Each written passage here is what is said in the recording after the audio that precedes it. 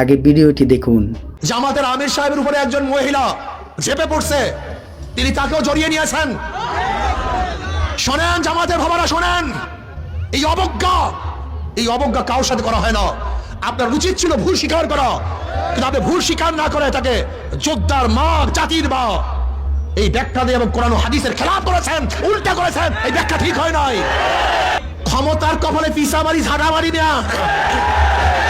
নূহ আলাইহিস সালাতু ওয়াস সালাম 950 বছর মাত্র 40 জন মানুষ এক রওয়ায়াতে হেদায়েত করেছেন, অন্য রওয়ায়াতে মাত্র 70 জন, কোন এক রওয়ায়াতে 80 জন। তার নবুয়তের কোনো কমতি হয় নাই।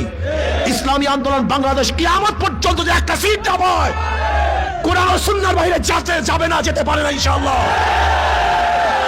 2024 নির্বাচন হয়েছিল আর 2026 হতে যাচ্ছে, কিন্তু পাবলিক কি পেয়েছেন, কি হারিয়েছেন? অঙ্ক কষার সময় আসছে কি আসেনি? হ্যাঁ, ওহি আলু কি তরকারি जो पहली थी स्वाब भी है। এক কবির দরবারে এক খাদেম ছিল, তাই কবি রাজার বিরুদ্ধে কবিতা লিখতেছিল। সুতুম সাজি জুফাকারি जो पहली थी स्वाब भी है। কোন রাজার অত্যাচার অবিচার প্রথম থেকে যে শুরু হয়েছে আজ পর্যন্ত একই ভাবে চলতেছে, এর কোনো পরিবর্তন নেই।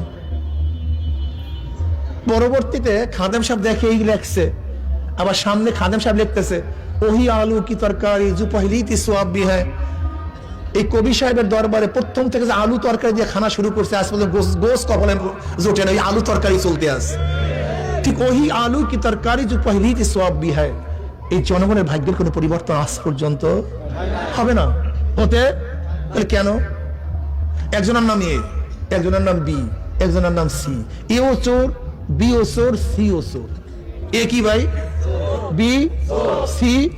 ক্ষমতা আছে, কি করবে? হটাও এ, বসাও বি, কি করবে? হটাও বি, বসাও সি, কি করবে? কারণটা কি? দল এবং নেতার পরিবর্তন হয়েছে, আদর্শ নীতির পরিবর্তন হয় নাই। এই জন্য শুধু নেতা নয়, নীতির পরিবর্তন চাই। প্রিয় ভাইরা আমার, একটা বার হাত থেকে পরীক্ষা করুন। বলতে পারেন জামাত ইসলাম না, জামাত আর ইসলাম নাই, জামাতের নামে ইসলাম। হাকিমউদ্দিন তুলে দিয়েছে।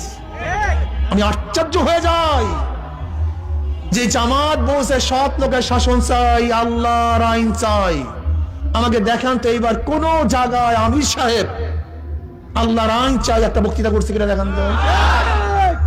হ্যাঁ, চিন্তা করতে পারছেন? আমাকে দেখান তো। জামাতের বন্ধুরা, আমি দুই করে করজোরে হাত ধরে বলছি, তোমরা আমাদের উপর অপবাদ শুনছো। দেখো, জামাতের চেয়ে মিথ্যা বলার লোক গোটা দুনিয়ার মধ্যে দ্বিতীয় আছে বলে আমার মনে হয়। ভিডিওটি ভালো লাগলে দ্রুত গতিতে শেয়ার করে সকলের কাছে পৌঁছে দেবেন যেন সকলেই দেখতে পারে।